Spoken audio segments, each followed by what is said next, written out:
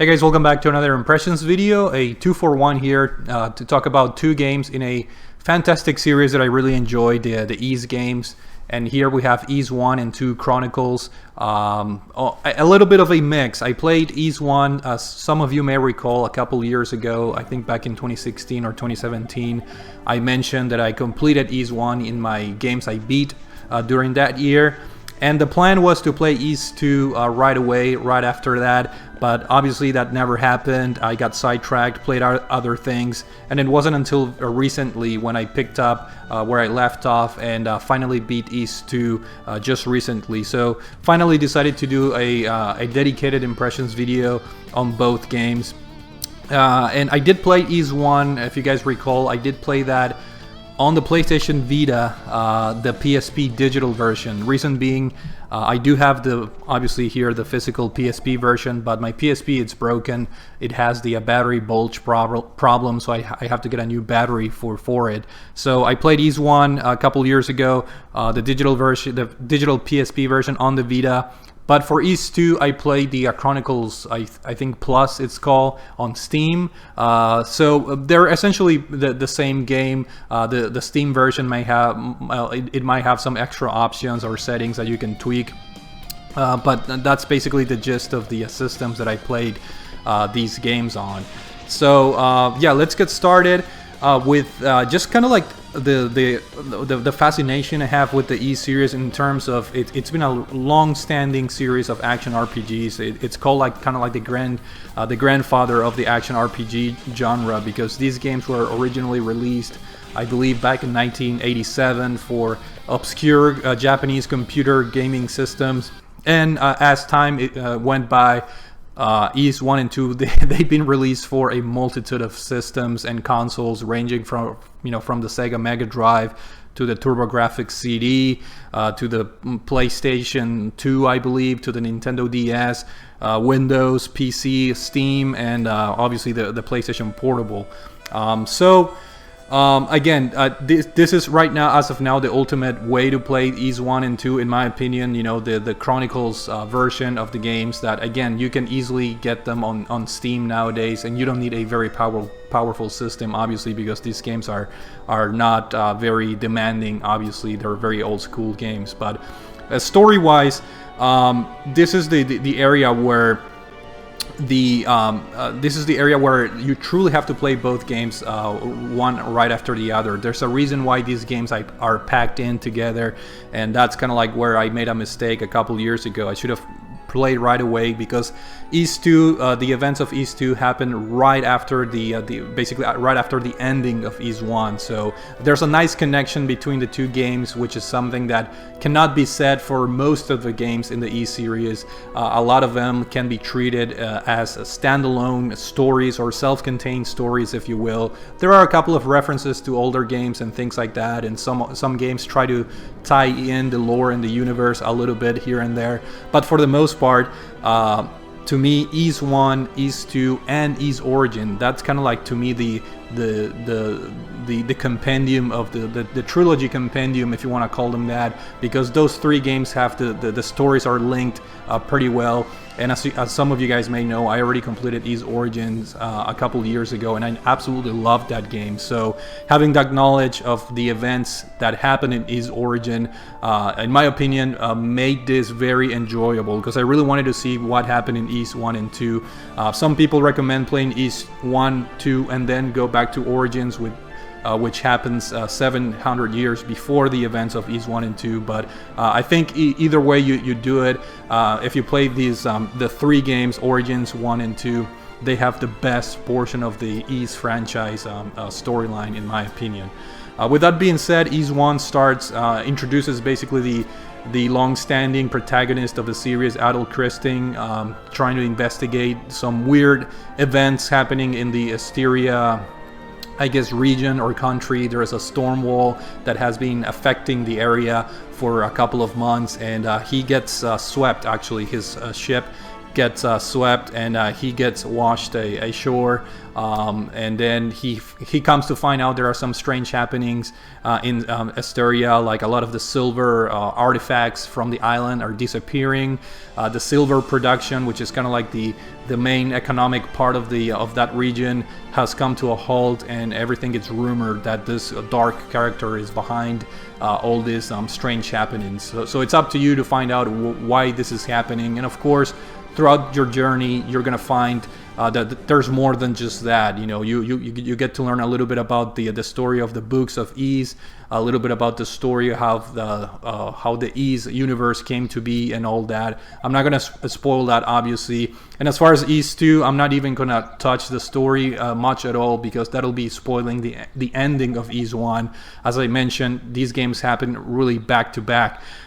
They should have just made it one game, you know, compiled them for this remake, I guess, if you will. But that's the way they work.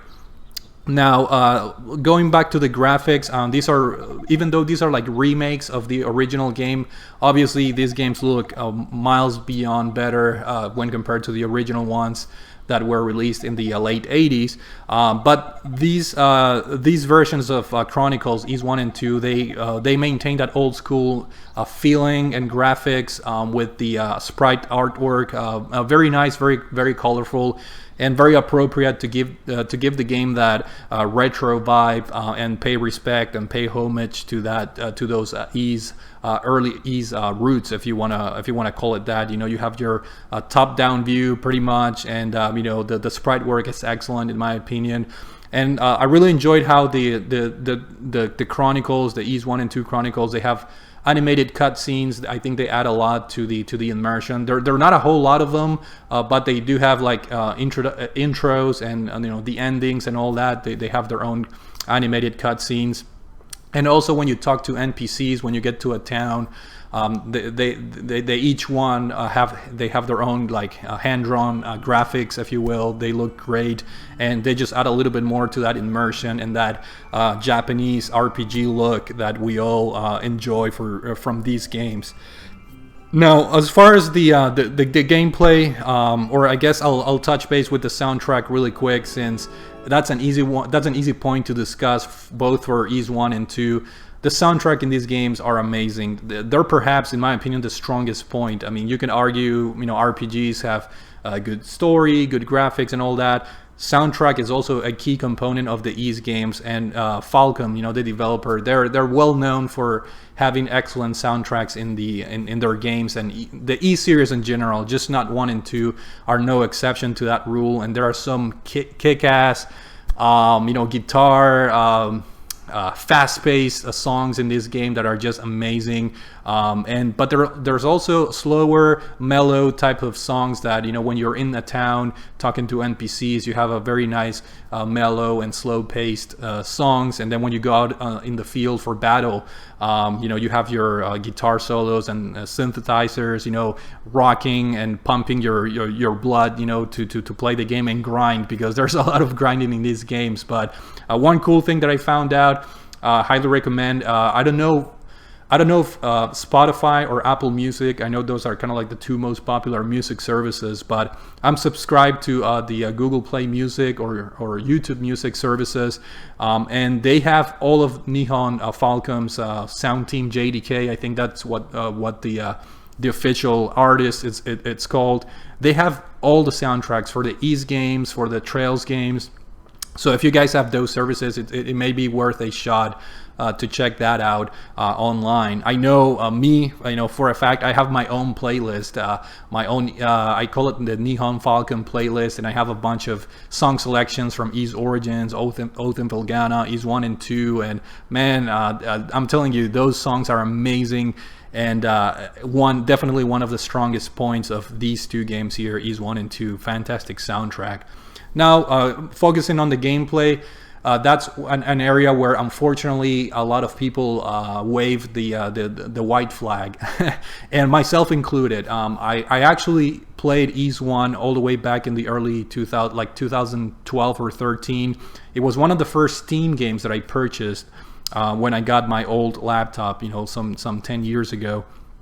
And I'm not gonna lie to you guys, I dropped Ease 1 just because of how the old school mechanics. And it's no surprise if you guys Google this on forums or Reddit, whatever, a lot of people get really put off by the old school mechanics of both Ease 1 and 2, namely the bump system, the bump combat system, which is you basically have to run into enemies. You don't have control of your sword slashes, if you will, like in the Zelda games as an example.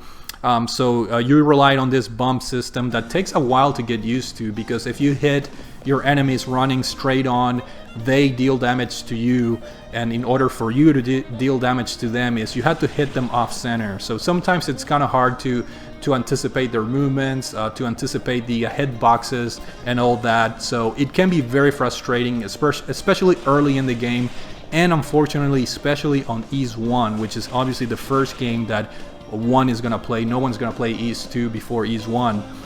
So for some reason, even the remakes for the Chronicles package here that I have, Ease 1 has a very rustic type of bump system, whereas in Ease 2 that system was corrected. And I don't know why Ease 2 has a better bump combat system. You can attack enemies diagonally. It's much easier, much more intuitive. So for some reason Ease 1 has a more basic, harder to grasp combat system than Ease 2, which is very strange, but that's just the way it is. So I know a lot of people are frustrated with that, the combat system. And for Ease 2, speaking of the combat system, the introduction for that game is that you can use magic, which is, it adds a very nice layer of strategy in terms of dealing with enemies or mobs, that you can use your kind of like your fire magic attack to just keep them at bay. And magic is also a must-have for most of the boss battles in Ease 2. So that's kind of like the introduction, or the new thing, if you will, for Ease 2, the use of magic. Now, another old school mechanic that unfortunately, I know it frustrated me, and I know it's a source of frustration for a lot of people that are trying to get into these older games, is just the overall game design, dungeon design. These games are very, very hard. There's no hand holding. Sometimes you're not told where to go, and that's fine. I'm not asking for a complete handhold experience with arrows showing where to go, but this is kind of like the polar opposite, where there's just no indication, to the point it's a little bit frustrating. At one point you may get an item, and in order to progress to the next part of the game, you may have to talk to an NPC, but you don't know which NPC, and there's different towns. And even though the games are small, both Ease 1 and 2 are kind of self-contained, very small games. There's only so many NPCs in each game. There's only so many towns you can visit. It's frustrating if you don't know who to talk to or where to go next. And it can become very frustrating if you don't have a guide. So what I found myself doing is I try to do as much as I could without a guide, but for some areas in the game, specifically for Ease 2, it was just very frustrating navigating through dungeons, not knowing where to go, and especially the way some of the dungeons, and I'm gonna reference Ease 2 here, the areas, they look exactly the same. So for example, on the first dungeon, which is like the mines, you go inside the mines, and you go through the mines entrance, and you have two doors that you can choose. So you pick one of the doors, and then you go to another section that has the same two doors or two entrances, like cave entrances, and the sprites, the graphics, everything is the same. There are no visual cues on any differences. So it's like a trial and error, going to new rooms, and you have to remember which door to go to, and then you may reach a dead end and you have to backtrack, and it's all over again. You have to basically start from scratch, or you might as well be very very lost and clueless on where you are. And I'm not even gonna go into the last dungeon of the game, which is super confusing. There's a million doors that you can go to, no indication on where to go. So if you guys are frustrated, I would definitely say do not feel bad for using a guide to complete these games. It's very frustrating, and on top of that, there are a lot of key items that are not necessarily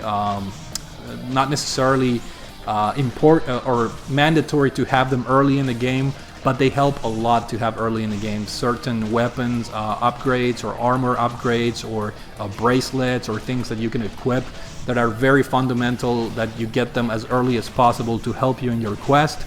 For those types of things, it's very frustrating if you're playing these games without a guide. So again, don't feel bad if you want to use a walkthrough or some sort of guide. These are very, very old school games in a frustrating way, in my opinion, which is a little bit unfortunate. With that being said, if you can get through those things, you can bypass the dungeon, I guess, complications or headaches with a guide. And if you can learn how to, not necessarily master, but if you can learn to cope with the bump battle system, it really becomes second nature. And the more you play the game, I think the more it makes sense for the bump system, because it's a good way to grind. And speaking of grind, in these games you are going to grind, unless you're playing on like the very easy difficulty. But if you're playing on normal and up, because the game has, I believe, hard and very hard or something like that. If you're going to be playing these games on those normal or harder difficulties, you're going to have to grind. It's just part of the nature of the game.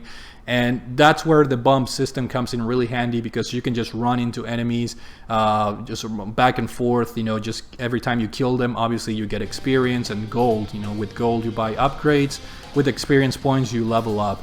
The more you level up, the stronger you are. So a lot of boss fights in both games, Ys 1 and 2, are very difficult, and you have to be at the right level. So you're gonna find yourself having to grind and kill a lot of the regular enemies a lot in these two games. So that could be a frustrating point, but the good news is that there's no faster battle system than these two games right here, Ys 1 and 2, because it's the bump system. You don't have to attack, you just run into the enemies.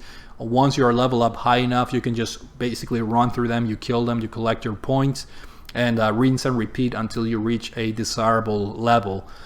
The good news is that the soundtrack is so good that the grinding process is not extremely painful. It is a little bit painful, but not super painful. I had a lot of fun just listening to the excellent soundtrack by Falcom, and in both games while grinding. I think that helped a lot. But yeah, you're gonna find yourself doing a lot of grinding, and again, the bump system somewhat makes sense towards the end of the game, which some people unfortunately may not reach to that point. Some people would probably give up earlier, but in my opinion, if you guys are looking to get into the Ys series, these two games are fundamental because they contain a very key portion of the storyline. The Ys games are not very story heavy like any other of the Ys games, with the exception, as I mentioned, of Ys 1, Ys 2, and Ys Origin. Those three games connect beautifully, and you owe yourself a favor, in my opinion. If you're a fan of JRPGs in general, especially action RPGs, these games are, as they call them, like the grandfather of the RPG, of the action RPG genre. So you owe yourself a favor to at least give them a shot and put yourself through the grinding. If I know it may be a little bit painful to do that, but in my opinion it's worth it. I think the ending of Ys 2, I thought it was great, even though it does have a kind of like a simple ending. Being an older game, there's only so much you can do with remaking the game, but some of the graphics, the cutscenes, the animated cutscenes, it's just beautiful. And it's a very rewarding feeling having completing that quote-unquote trilogy that I'm calling, Ys Origins, Ys 1, and Ys 2. The storylines, they tied together beautifully, and they make up for in my opinion, a very interesting universe and lore. And then obviously the other Ys games are again, they're kind of like self-contained. There might be references to other games and things like that, but they can be played for the most part. They can be played and enjoyed in each on their own, if that makes any sense. But overall, no regrets here. Ys 1 and 2 Chronicles, they have the rough spots. in terms of old school mechanics, but it was an overall great experience. I was very glad to put closure on that initial storyline and lore of the series. And now, in fact, I'm playing Ys Oath in Volgana. I'm very close in completing that game, so I think I'm gonna keep playing these Ys games. The good news is that these games are short. I forgot to mention that. It may take you like around 10 hours to finish both Ys 1 and 2 each. If you really know everything, if you have a guide, you may be able to beat these games in like maybe 6, 7, or 8 hours. But that's the good news. They're shorter games, so if you're having some difficulties, just keep that in mind, because in my opinion, again, watching that storyline unfold and have that ending and closure in that trilogy of games that I mentioned, in my opinion, is well worth experiencing and going through. So with that being said, thank you guys for watching, and I will see you all later. Take it easy.